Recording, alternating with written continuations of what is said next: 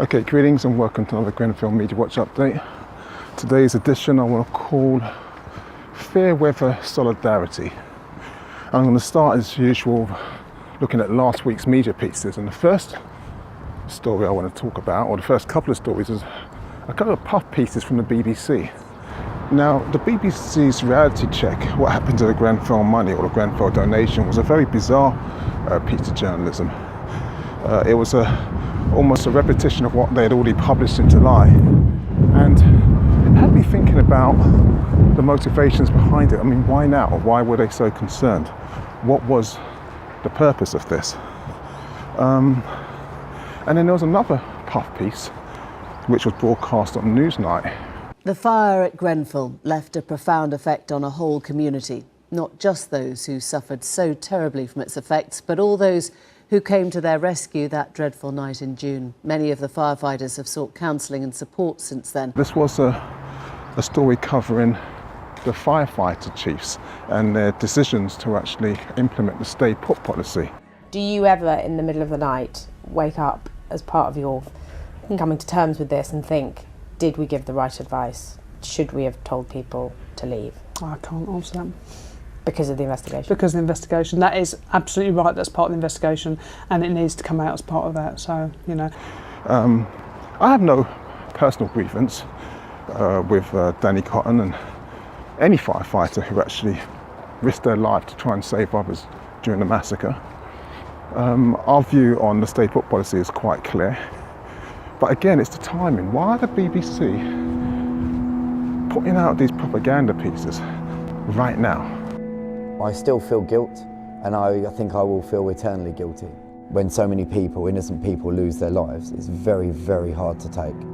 I mean, last week we learned that only 3 out of 300 tower blocks that have similar cladding to Grenfell have actually been replaced. I mean, yes, I know that there's been some 30 odd that are in a process of replacement and had the cladding stripped off, but only 3 have actually had the cladding fully replaced. 3 out of 300. Why aren't the BBC reporting on that? We're hearing a lot about their work on the gender pay gap, but why aren't they talking about the reality about the ethnicity pay gap? So again, this is another issue that we really have to deal with. Something strange is going on over there as well. I mean, Channel 4, who are usually on point, sadly dropped the ball last week when they covered the story about the commission being set up by Shelter, looking into the plight of social housing. We've got this diverse group of people, including so-called lords and peers, who reckon that they're going to be doing something to actually change the plight of those people living in social housing. Now, while it sounds all noble, many of those people involved in the process are actually those responsible for the laws or challenging the laws in social housing in the first place. I mean, they can't be the villains and the heroes at the same time. How do you stop this from being just another talking shop? Well, by having strong conclusions about what we want to see done. We're not at the conclusion stage yet because we're just launching it. By the fact that it's cross-party.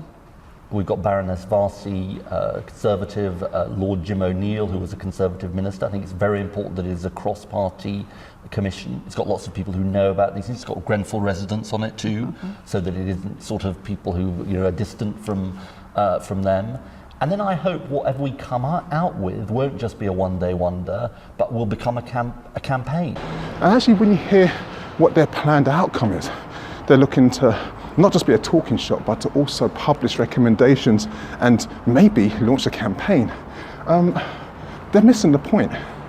These, like I said, are the people in the other chamber. These are members of parliament. These are people who engage in the political process, saying that we want to become activists. We want to be cool and trendy and do something for the little people. Well, no.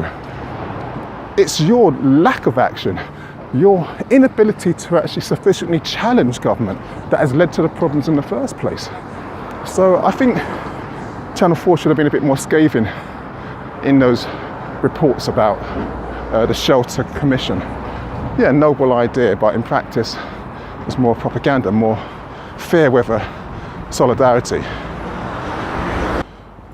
So if I go on to the issue of solidarity, last week The Guardian published a really nice piece on Grenfell United, and that's a group of survivors who are actually continuing the fight for justice, and they should really be commended. And I think it was really good that the spotlight was focused on them.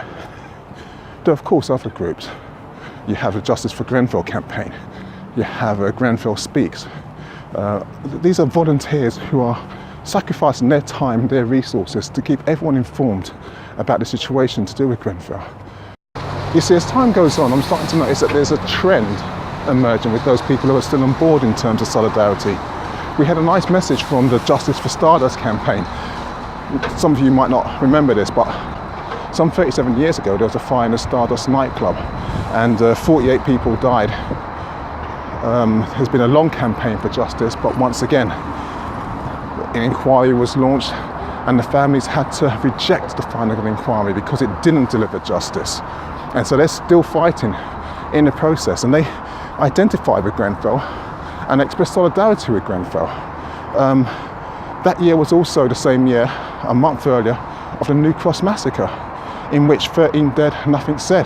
The fire in New Cross, Deptford, where young people lost their lives and the authorities blamed the victims. They still don't have justice. We're talking almost 40 years afterwards.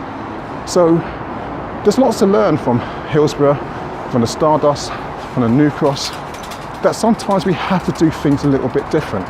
And I say that because I'm thinking about the protest campaign that the Grenfell United family members started, which is just basically looking for an inquiry to actually be representative.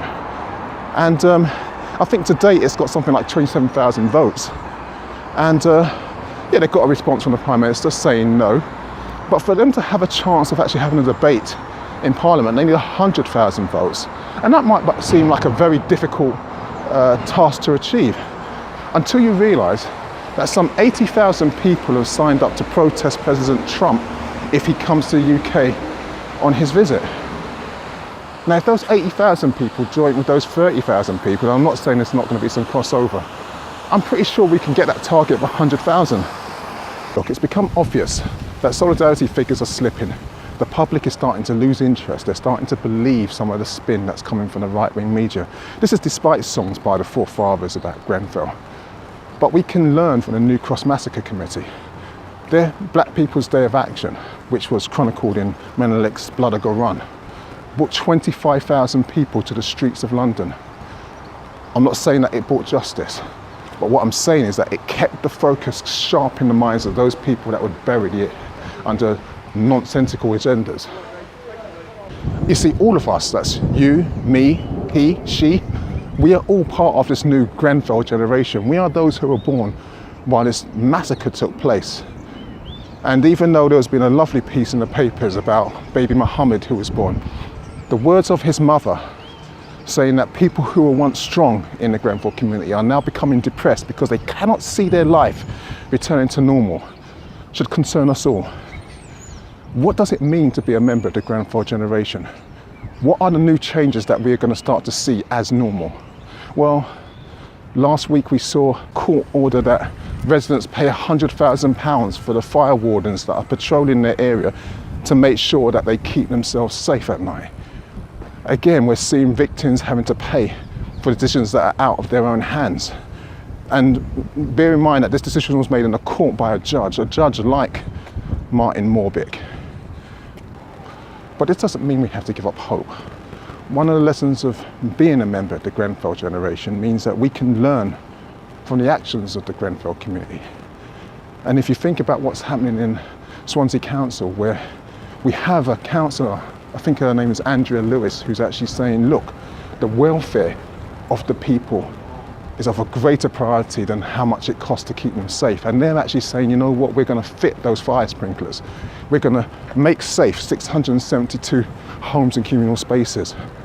We're going to do this. We know it's going to cost a lot of money, but this is the right thing to do. That gives me hope. And we also know that the campaign to save Worthington College had a victory this week. To his credit, Kim Taylor-Smith actually listened to the concerns of Grenfell community and actually stayed that merger, paused it. Hopefully it's going to be scrapped, this whole merger plan, and the community will retain an asset which helps with their development, helps with their healing. But victories can happen if you don't give up hope. So I'm going to close. As ever say, may the ancestors continue to guide and protect us. Ashe.